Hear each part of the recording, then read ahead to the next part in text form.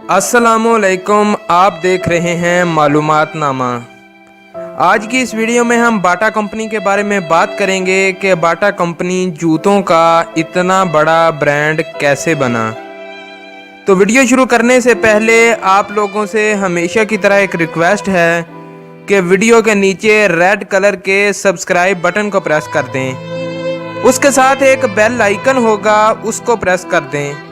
इससे ये होगा कि हमारी आने वाली तमाम न्यू वीडियोस जो इन्फॉर्मेशन से रिलेटेड होंगी वो आपको सबसे पहले मिल जाया करेंगी। तो आज की वीडियो को शुरू करते हैं। दोस्तों, बाटा कंपनी इस वक्त दुनिया का सबसे बड़ा जूता साजी का इदारा है। इसके बराह रास्त मुलाजमीन की तादाद तकरीबन 90,000 है और बिलवास्ता इससे अलावा हैं। टॉमस बाटा बाटा शूज़ कंपनी का बानी है। इसने कंपनी अपने ख़ानदान के नाम पर बनाई। इसका ख़ानदान इब्तदा में चेकोस्लोवाकिया में रहता था। जूता साजी इनका आबाई पेशा है। टॉमस ने 24 अगस्त 1994 में पहली बार जूते का कारखाना लगाया।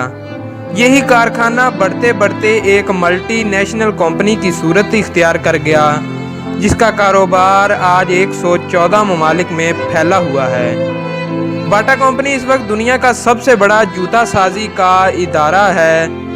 इसके बराह रास्त मुलाजमीन की तादाद तकरीबन 90,000 है। जूता साजी आबाई पेशा होने की वजह से टॉमस के लिए आसान था, जिसकी वजह से इसने इसी को अपनाया।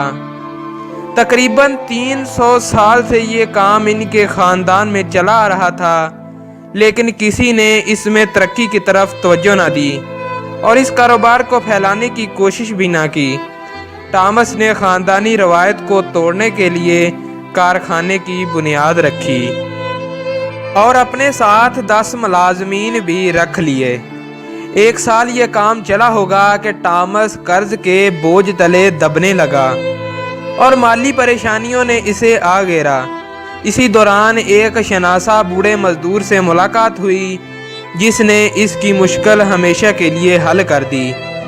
बूढ़े मजदूर ने कहा, बेटा, हमेशा तुम ये ख्याल किया करो कि मेरी प्रोडक्ट महंगी है और मजदूरों को इनकी मेहनत से कम उजरत दे रहा हूँ।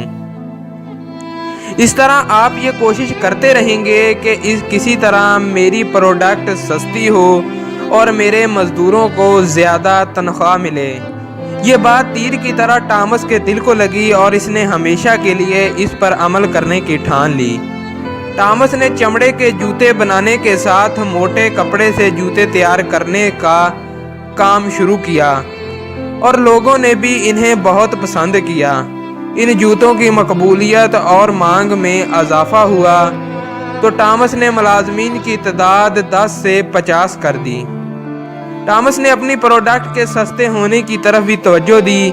इस तरह मुलाजमीन की भी उजरत का ख्याल रखा। टॉमस ने बाटा प्राइस भी मुतारफ करवाई। इनकी प्रोडक्ट की कीमत 9 के हिस्से पर ख़त्म होती है। किसी चीज़ की कीमत 99 या 19.19 रुपये होगी, जो देखने में 100 और 20 से अच्छी लगती है। हालांकि एक अदद का फ़र्क पड़ता है। 4 साल में बाटा शूज़ कंपनी का काम इस हद तक बढ़ गया कि अब मशीनों की ज़रूरत पड़ गई, क्योंकि इसके अलावा डिमांड पूरी नहीं की जा सकती थी। वक्त गुजरने के साथ ऑटोमेशन का दौर आ गया और मशीनों से जूता बनाने का काम किया जाने लगा। टॉमस बाटा हमेशा एक ताजर की तरह सोचता रहता था कि अपने कारोबार को बढ़ाने के लिए वो क्या कर सकता है। वो कारोबारी हजरात से मुशावरत भी करता। 1904 में इसने अपनी कंपनी में मैकेनिकल प्रोडक्ट टेक्निक मुतारफ़ करवाई। इस तरह जल्द ही बाटा शूज़ कंपनी यूरोप की पहली जूता साज कंपनी बन गई।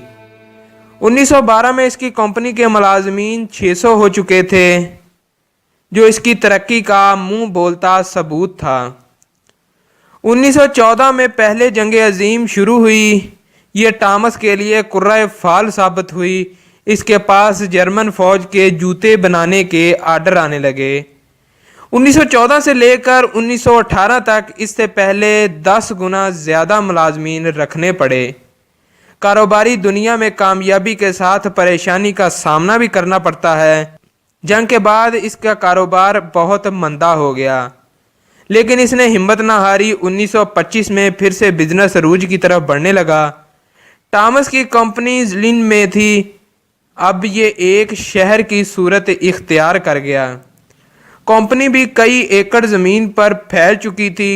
टॉमस बाटा 1932 में 56 साल की उम्र में जहाज़ के एक हादसे में हलाक हुए। वो खुद तो इस दुनिया से चले गए, लेकिन आज भी उनके लगाए हुए दरख्त इस दुनिया के लोगों को मुस्तफ़ीद कर रहे हैं।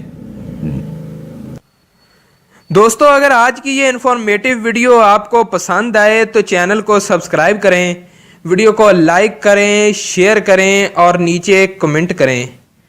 तो अगली वीडियो के साथ आपसे मिलते हैं, तब तक के लिए अल्लाह हाफिज़।